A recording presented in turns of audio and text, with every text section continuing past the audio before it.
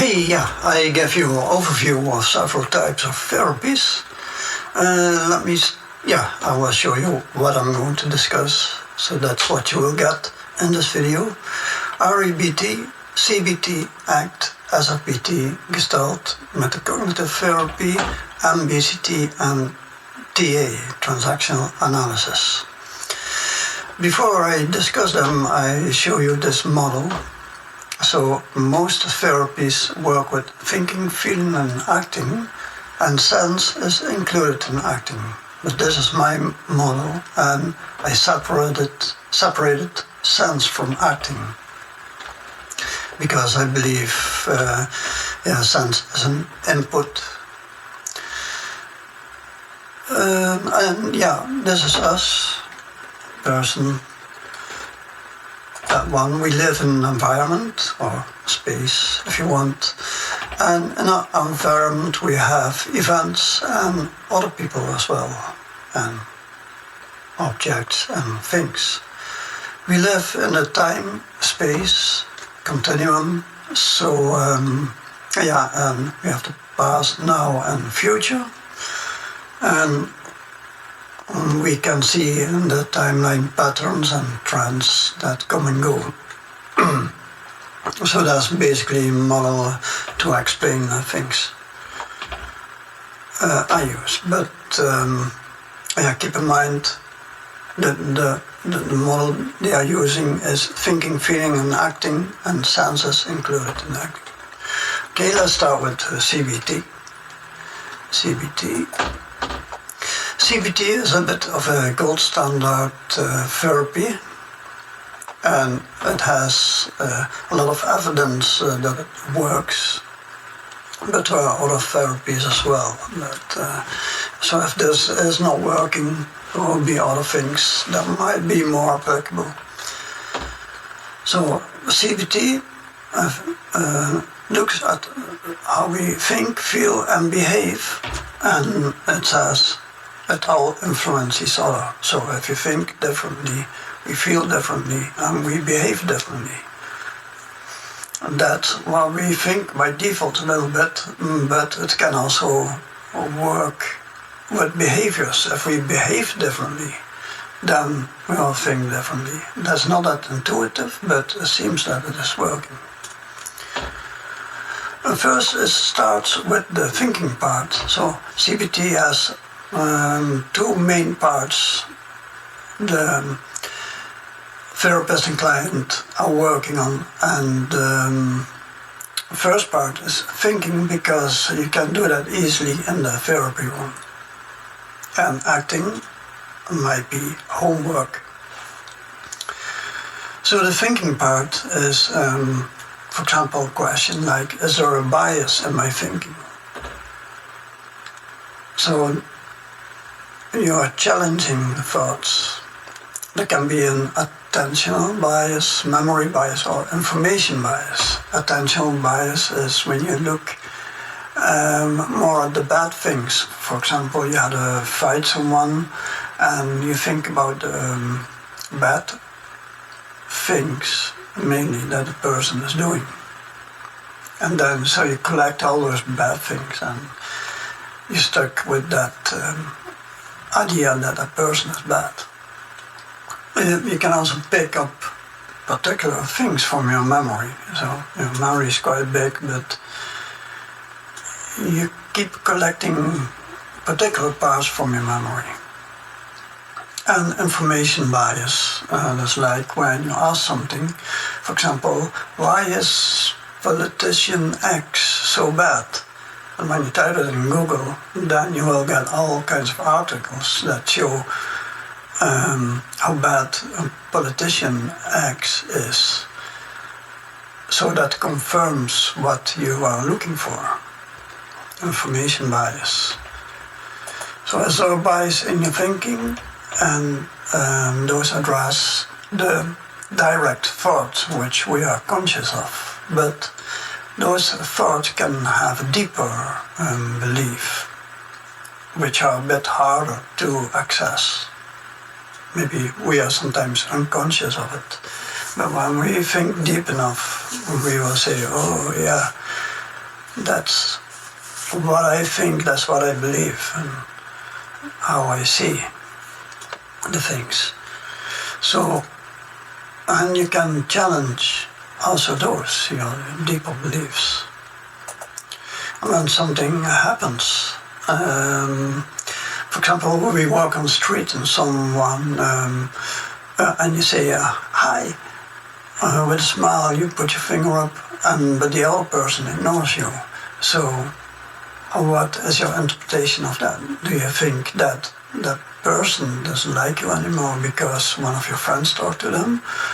Or do you think, oh yeah, he forgot his lenses and didn't see me well? And we are very good in avoiding things.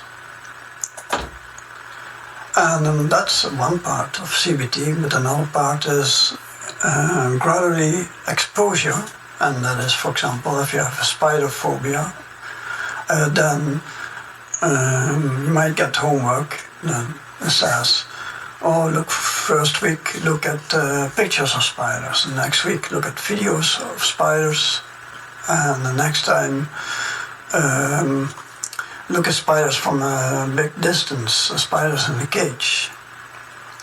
And then at the end you can be with a spider in the same room and get used to that.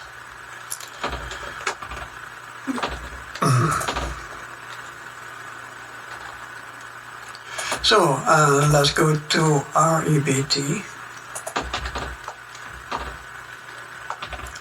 REBT is pretty similar to CBT. Assuming what I think is true, is it true? I cannot cope with it. And you see that is slightly different than CBT. In CBT, we challenge our thought. But here we say, okay, yeah, you have that thought, and pretend that is true indeed. How bad is that? Is it that you cannot cope with it? Is it really a big disaster? So REBT tends to do that a little bit. But can also ask, am I exaggerating? So you think about something, and that whole idea, thinking about something, you can blow it up a little bit. Should or must I really do the things I do? Sometimes we do things automatically by kind of script, or we think we should do things, we're supposed to do things, but you can ask, yeah, do I really have to do that? Are there other things? Can I do other things? Are there alternatives or other possibilities? This, what I think of the situation, helped me to reach my goal. And this, my short-term goal, really made me happy in the long run. So that is REBT. ACT, that is quite different, because ACT accepts the thought and feelings instead of fighting it. In BCT, we see that we challenge our thoughts and feelings, but ACT says, yeah, if we fight those, if we challenge those, they will come back.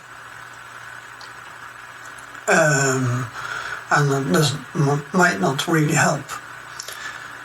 So we accept those and look at those thoughts and feelings a little bit from a difference. And the way you can do that is saying to yourself, I'm noticing that I have the thought that, or I am noticing that I have the feeling that. So you distance yourself a little bit from those feelings and thoughts and be more objective to it, rather than being the thought or being the feeling that might overwhelm you.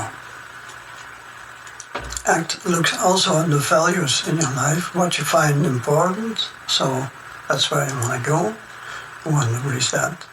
and it looks at what happens right now.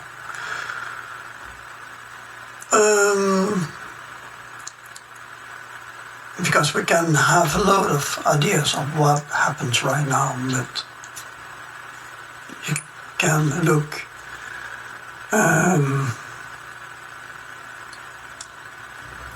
you can look really what is it, what is happening right now, rather than having those ideas. And what actions bring me closer to my values. That is act. I think it's pretty good.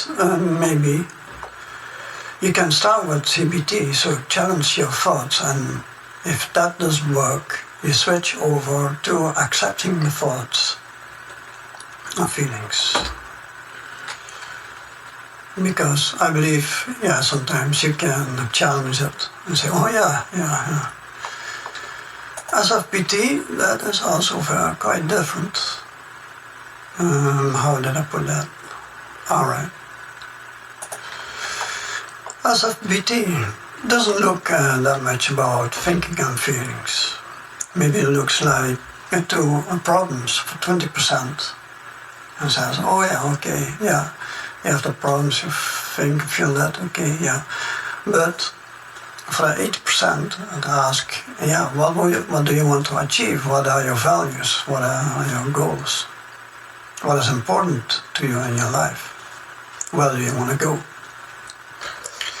And I'd ask more how instead of why, because if you ask why, you start to analyze or look at the past, whereas if you use questions with how can you do that? How did you do that? That's more future works. That's more solution focused. You look at what works. For example,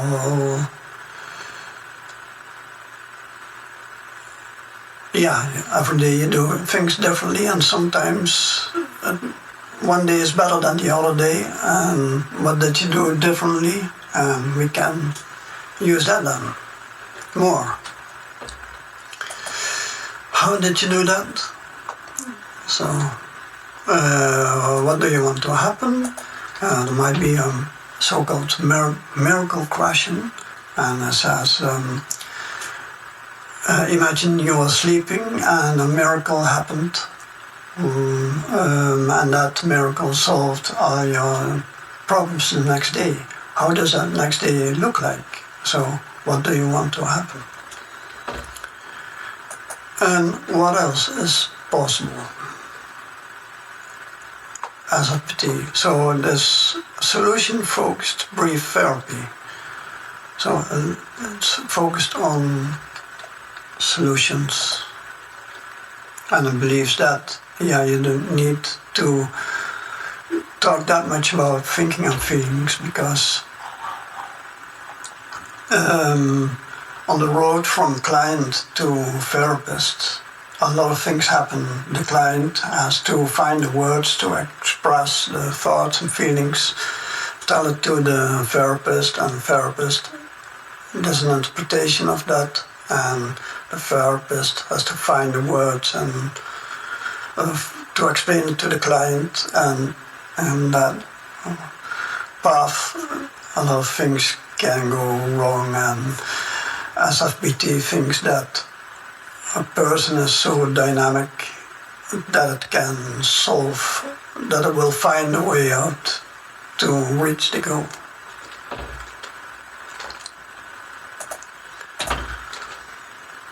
MBCT, I think I have to put it here, yeah. So MBCT is very focused on the now, what happens now. It reminds me of Zen meditation. So become aware of the present moment, experiencing rather than overthinking. Awareness of automatic reactions to feelings. So sometimes you get a feeling, and when you get that feeling, you have a whole idea about that feeling, and you think, this and that. But you can take a look, what is it exactly, or what I'm feeling,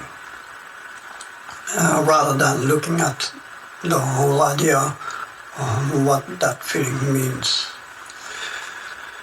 Yeah, so how do these feelings actually feel like? So you might feel sad and then you can say, yeah, I feel that in my belly. Yeah, and how does that feel like? And when you look at that, actually that feeling is not that overwhelming. It's just something in your belly that happens over there. Whereas if you have that whole idea about that feeling, then it can be that's more scarier than the feeling actually itself. Group discussion, that is interesting to see how different people make a different interpretation. So you can see, that person just forgot the lenses. Maybe that's an interpretation. That's also possible to think. Then we have Gestalt. Gestalt is quite a holistic therapy.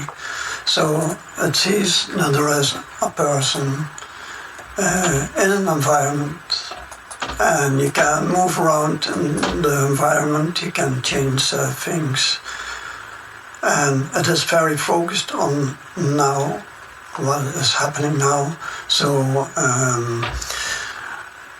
it's a talking therapy, so the therapist might say, I see you move your shoulders a bit like that, and what you think exactly, and how does that feel? And so how do you react? But the therapist doesn't make any interpretation. So the client does all the work, the therapist is just asking questions to make the client aware of what the client is thinking and feeling and how does behave and react. So that is what happens right there at the moment when they are talking.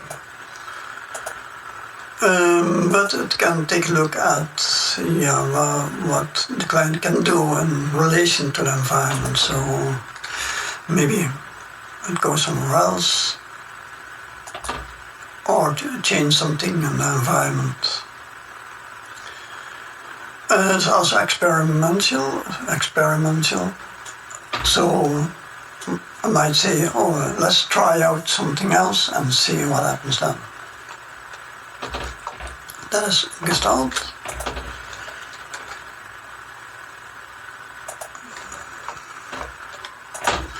Metacognitive Therapy, over here.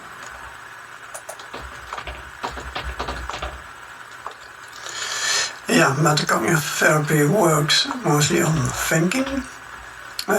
We've seen that you can take a look at your thoughts as if you are a container, and in that container, thoughts and feelings come and go. So you have more distance from those thoughts, and then you can have a kind of control of those thoughts, like maybe a third person or a controller, but that controller can have also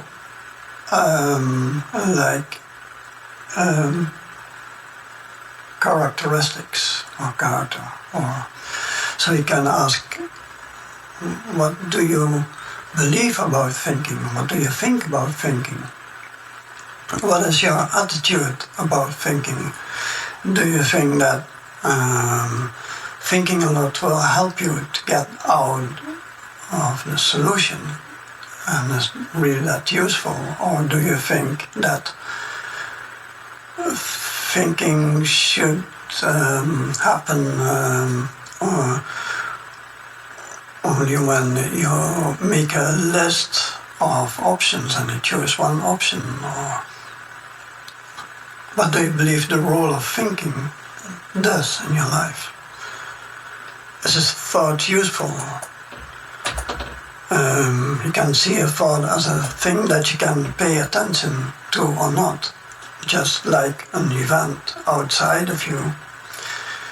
For example, I have this one over here, this bag, and I can decide if I pay attention to it or not. So you can see thoughts also as something like that. You can also ask, what is the benefit in having that thought?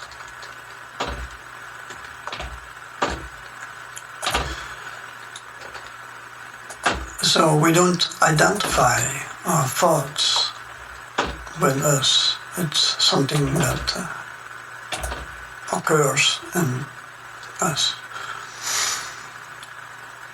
Then we have transactional analysis, very much a talking therapy. And TA says we have 3 ego states: parent, adult, and child. A parent ego states is when we say things like, don't do that. And did you think of that? That can be a parent state. An adult ego state is like saying, okay, yeah, so I see we have a problem there. As far as I see 3 options, 3 solutions, and I think solution B is the best. What do you think? So that's very much an adult ego state. And we have also child ego state. Those are the feelings, experiences we had as child, and we still have them. It can be joy, or happy about something, or excited, for example. Now, TA says that in our childhood we got a lot of scripts from our parents. We might replicate some scripts from our parent automatically, but in the time the environment changed, and it might not be that applicable anymore because things are different. But we are still using those scripts, and we can challenge those scripts. We can ask, is it still applicable? Is it still useful? Do my automated script, does it match the reality? And our parents can give us injunctions like as like an underlying message to those scripts. For example, don't be you, or don't think, or don't feel. Those are the underlying beliefs or intentions, if you could say like that. We can think about that, and the goal is to